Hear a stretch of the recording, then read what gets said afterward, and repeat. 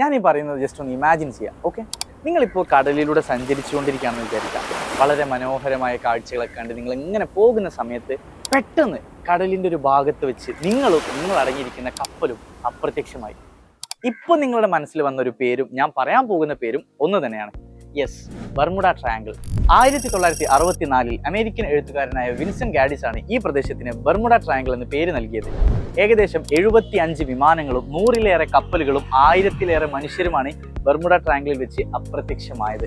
വർഷങ്ങളോളം തിരച്ചിൽ നടന്നെങ്കിലും ഈ കാണാതായ കപ്പലുകളുടെയോ വിമാനങ്ങളുടെയോ അവശിഷ്ടങ്ങളോ കാണാതായ മനുഷ്യരുടെ മൃതശരീരങ്ങളോ ഇതുവരെ കണ്ടെത്താനായിട്ടില്ല.